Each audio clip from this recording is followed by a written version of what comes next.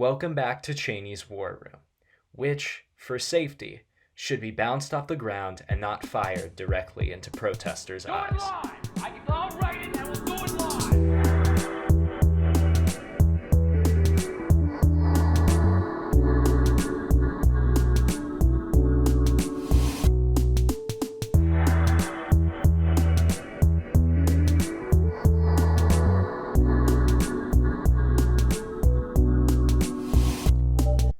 Welcome back to Cheney's War Room. We're continuing our coverage and continuing to talk about the protest following the death of George Floyd.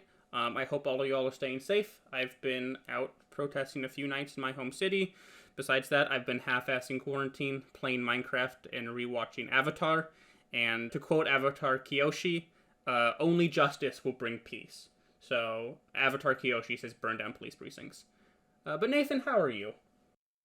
You know, it's been a very challenging and eye-opening week. Like many of you out there, I woke up on this Tuesday and decided rather naively to post that good old black square. But after reading about it, I very quickly removed it. We're going to talk about that today. The issues with Blackout Tuesday, how it enables moderatism and neuters the movement, and how it allows people who are not actually engaging with the issues to perform their activism rather than actually do anything.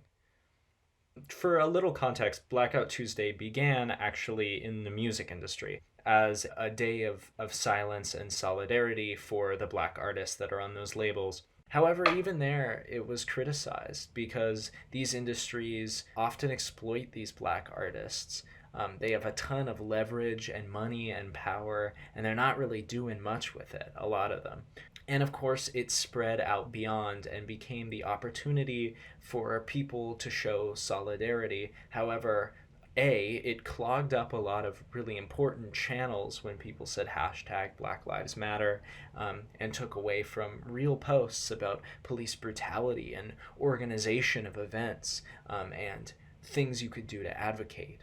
And B, I think it gave a lot of people, as Porter said, as I've said, the way out. It doesn't take a lot to scroll through your Instagram page or through the Black Lives Matter hashtag or through the news and find some information about what's going on. But it does take some effort. Posting a black square requires nothing. So people can stay not just physically disengaged, but ideologically disengaged from anything that's currently happening, any of the police brutality, any of the messaging that people are trying so desperately to spread to the public.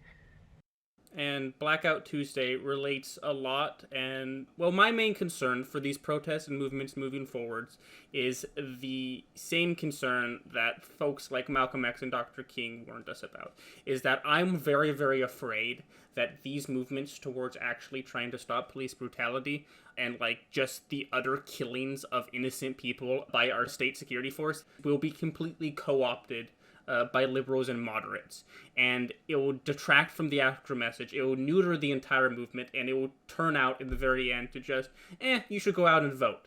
And maybe we'll go and talk to some police, but we will abide by everything they tell us to do, and nothing of substance will ever come out of it. And that's what I'm incredibly scared of, and I think the Black Square campaign, at least, Blackout Tuesday, that is, really exemplified that and was a wonderful catalyst to, yes, it looked good on the surface, it's like a thing of solidarity, but it was a consolidation of the ability for the white moderate to take the easiest way out and stuff like this, and to continue being silent, but this time in solidarity.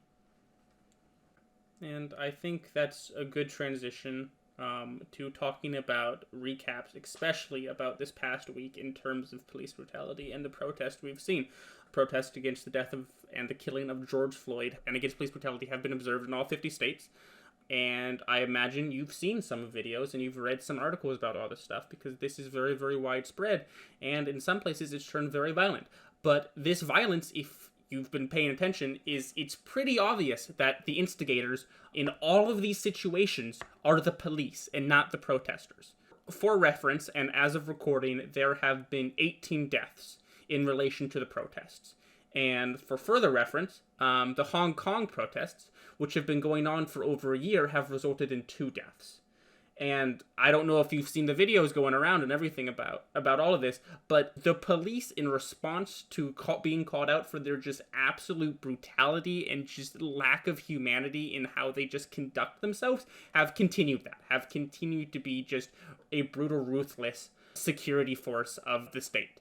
There's just hard to just talk about it. Of just like that one reporter that got their eye shot out by like a pepper ball gun. The old man that was just trying to talk to them, but just got shoved to the ground till his head cracked and he bled out of his ears. Just cops in New York just running people over in their squad cars, just pepper spraying children, just absolute, just brutality. I mean, if this doesn't highlight for you that the police are just an oppressive force that will not only brutalize already oppressed and minority communities, but they will also continuously use their power to attack even the slightest complaints and even the slightest attempts to try and rein in that absolute power that they have as an organization. Yeah, and I believe with the specific example of the 70-ish old man who was pushed over by a policeman and sent to the hospital in serious condition.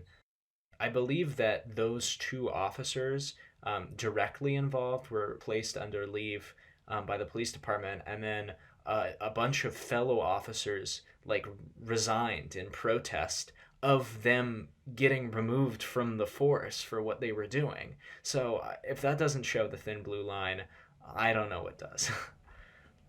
It's absurd. Also, I've been doing more research. This is kind of a tangent, but I've been doing more research about like just the types of stuff police use to like, enforce their power and whatnot. And I found out some interesting stuff. First off, tear gas. Tear gas has been deployed in many cities to stop protest, including my own. But did you know tear gas is actually banned in war under international law? Yes, you are committing a war crime if you use tear gas in war.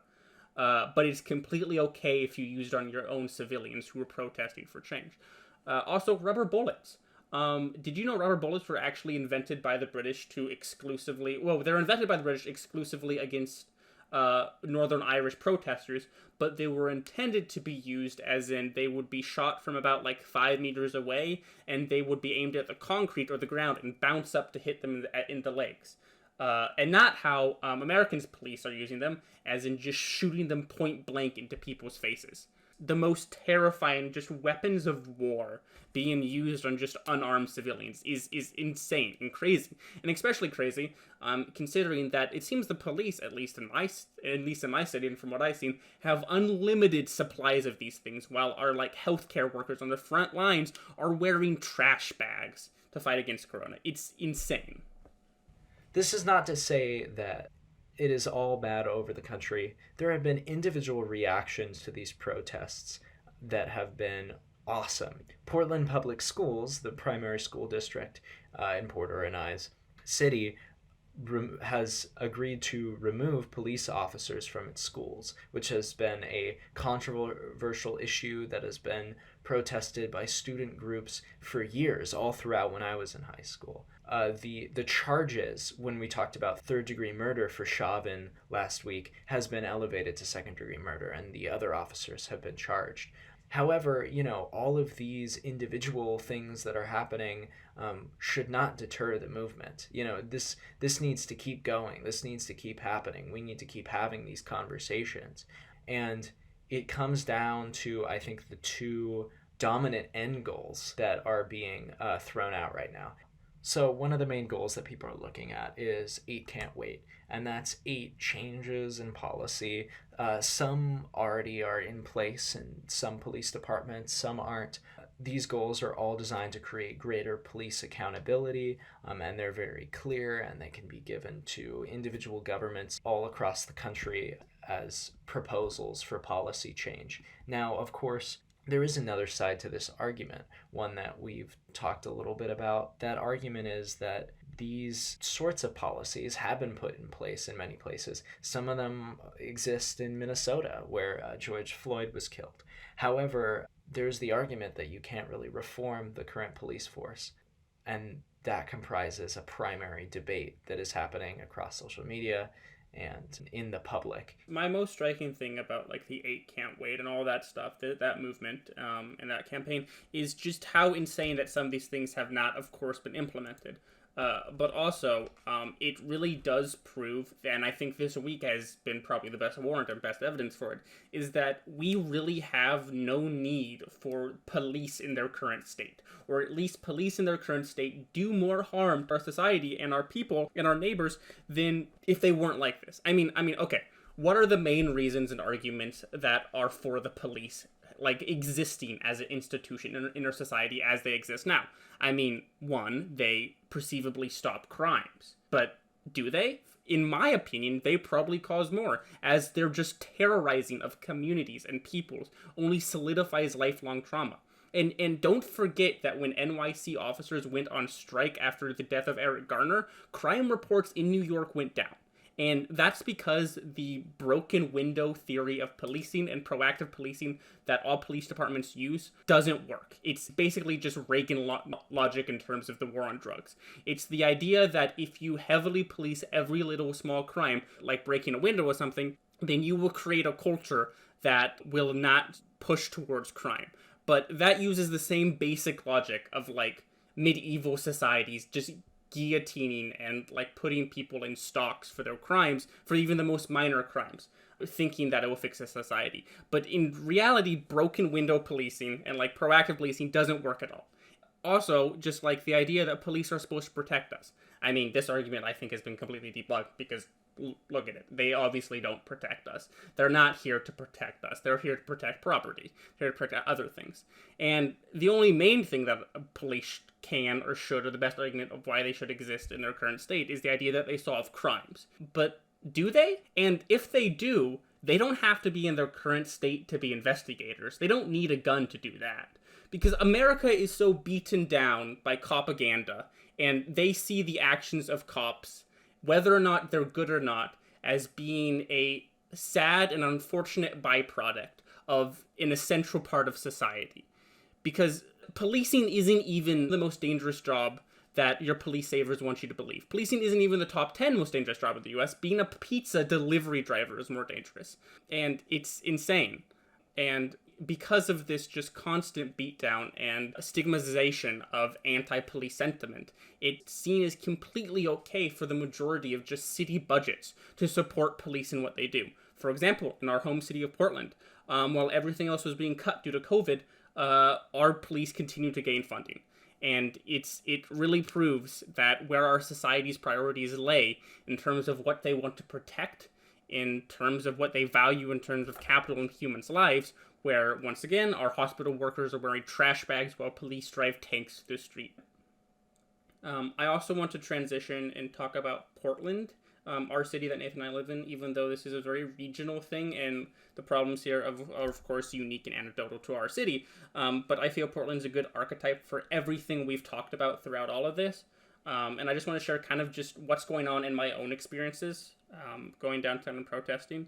There's been a lot of tear gassing going on, of course, as we talked about before. Rubber bullets being fired, not in the way it's supposed to be fired. And about 3 days ago, police were just driving around downtown doing drive-bys with rubber bullets.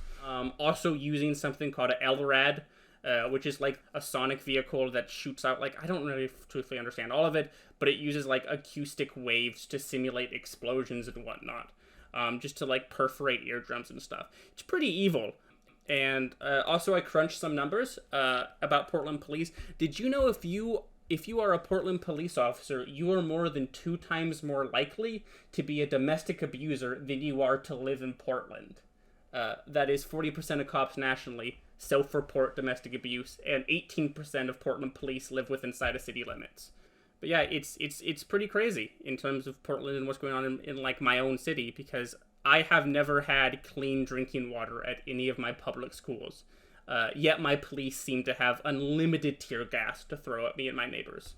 With that said, that's the end of our content for this week. However, we have one more thing to talk to you about. Thank you so much for listening to our whole podcast. We really appreciate it. we have reached our limit in terms of content that we can upload at one time on SoundCloud. And we're also going to have summer to try out some new ideas, new format, new content, change up our production, and all of these things. So this will be the end of the first season of Cheney's War Room. All of the current episodes will be removed from SoundCloud and Apple Podcasts, but they will still be available to find on YouTube, and we'll have some new content coming to you in the future. Thanks so much for listening to Cheney's War Room. I'm Nathan Wilk. You can find my podcast, Faces with Nathan Wilk, on SoundCloud or YouTube. And I'm Porter Wheeler. You can find me on Twitter at Doc Baddington. And stay safe out there.